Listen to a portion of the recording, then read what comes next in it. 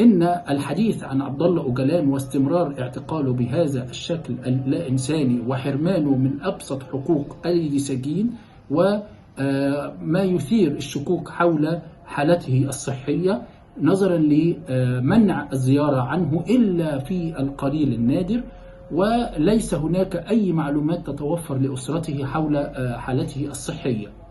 وبالتالي فكل هذا يؤكد النية السيئة، ويؤكد أننا أمام نظام حاكم مستبد لا يعترف بالقوانين، ويعني ينتهك هذه القوانين الدولية التي تكفل لأي سجين حقوقا لا بد من توفرها.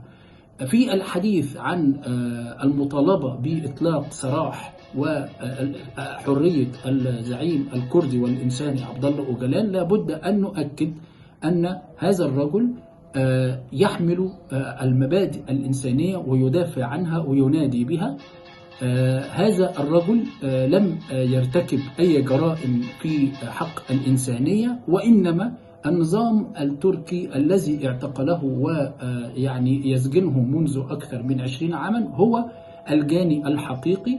على المجتمع الدولي أن ينظف ثوبه من هذه الوصمة وهذا العار بالإطلاق الفوري لعبد الله أوجلان، ومحاسبة أركان النظام التركي على الجرائم التي يرتكبها ضد الإنسانية، ليس فقط في تركيا، وليس فقط في مواجهة أو ضد الشعب الكردي، وإنما ضد شعوب المنطقة والعالم كله.